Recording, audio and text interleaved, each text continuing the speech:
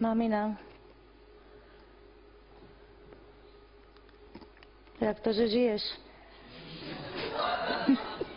To je zázrak. Ťa dávno pochovali.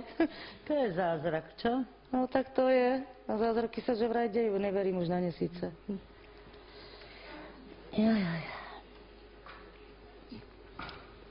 Pani Boženka, sadnite si a povedzte, čo ste chceli povedať vašej dcére. Tak chcela by som ju vidieť naživo, hej, lebo cez obrazovku je to nič. Si nejako postarla, ne? Prosím? Si nejak zostarla. Roky prešli. No ja viem, ako voda, ako ty hovoríš. Toto nebudeme takto riešiť tu. No. S každým si počítala, len so mnou nie, hej? No, pretože asi mám prečo. Hej, dobre. Máš prečo, však som ti len dieťa vychovala. No. Jo. No tak. A to dieťa už má 2 deti. No, tak to je šikovná, ako mamina asi, no. Tiež mala v 16 alebo v 17? Nie.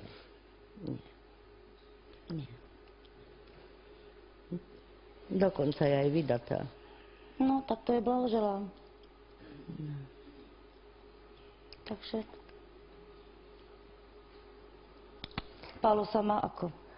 Ale tak toto už nebudeme riešiť takto. Hádam sa, zídeme aj osobne, hej. No, na chvíľu mám čas ešte. Po 15 rokoch máš chvíľu čas, hej? Jakých 15 rokov? Bude mi 40. Ale čo sme sa nevideli? To bolo 22 rokov, keď som mala. Ne, no tak... Bola si ešte na Jankovom pohrebe a potom som ťa už nevidela. Janko zomrel, keď mal 21. A keď mal 24, zomrel Janko. 24. júna v 96.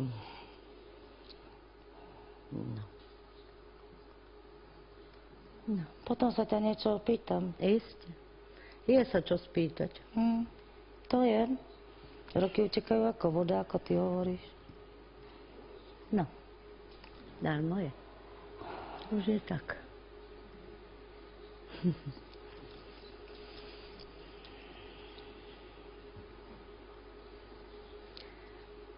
Stále bydlíš Hodejove? Stále.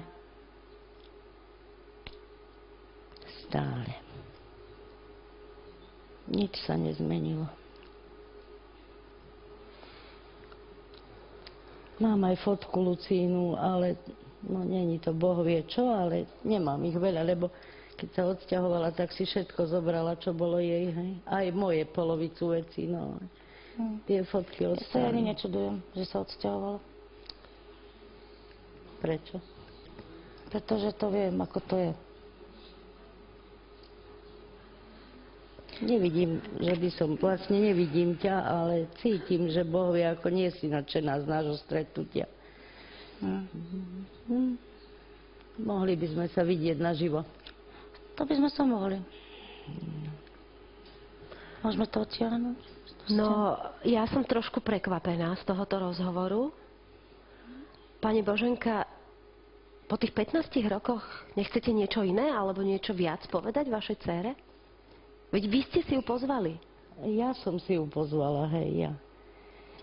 Ja som si myslela, ja som nevedela, že sa s ňou zídem, lebo som nevedela o nej nič, hej. A vy ste nerátali s tým, že príde? Ale ba, z jednej strany som aj počítala s tým, že príde, ale nebola som si 100% istá, pretože keď o človeku neviete toľký čas nič a ona nakoniec vedela, kde ja žijem, mohla sa mi ozvať. Ja nemám zmenenú adresu, ja za tie toľké roky vždy som na jednom mieste. No. A teraz vidím, že nie je dvakrát nadšená mojou prítomnosťou. No, Ty vieš veľmi dobre, ako sme sa naposledy spolu rozišli. Ale Janka, nebudeme a toto taký, preberať.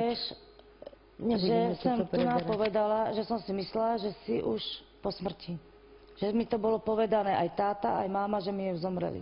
Neviem, kto ti povedal, že som zomrela, lebo vidíš, že tu sedím. Tak to ma prekvapilo, ako že ťa tady vidím. No. Tak sa nediv. No. No.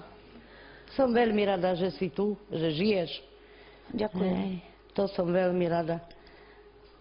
Ja, na rozdiel od teba, ty si dobre vedela, že Lucia bola pri mne A keď si sa už nestarala o mňa, že ti bolo úplne jedno, čo so mnou je, aspoň o svoje dieťa si sa mohla postarať, aspoň sa spýtať, či žije. Hej, no. Ešte niečo mi chceš povedať? Nie, to stačí. Rada by som ťa videla naživo. No. Ak sa dá, dajme tú stenu preč, aby sme sa videli. Áno, to je otázka pre vašu dcéru, ktorá o tom rozhoduje, či chce tú stenu dať preč. Tak ako rozhodne, tak bude. Áno. Janka? Ja sa jej nebudem pozrieť do očí. Dobre, čiže stenu dáme preč. Môžete dať preč, áno.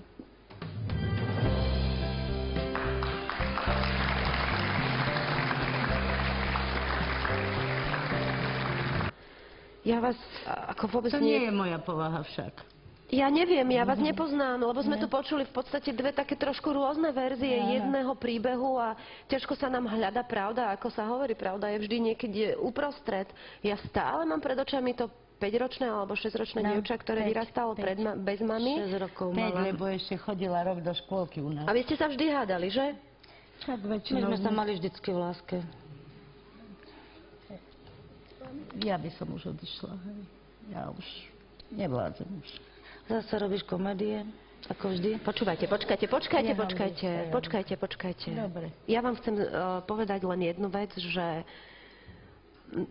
u nás sú tie stretnutia také milé, priateľské, a toto je také rozpačité a hrozne by som vám chcela zaželať, keby ste si k sebe vedeli nájsť cestu.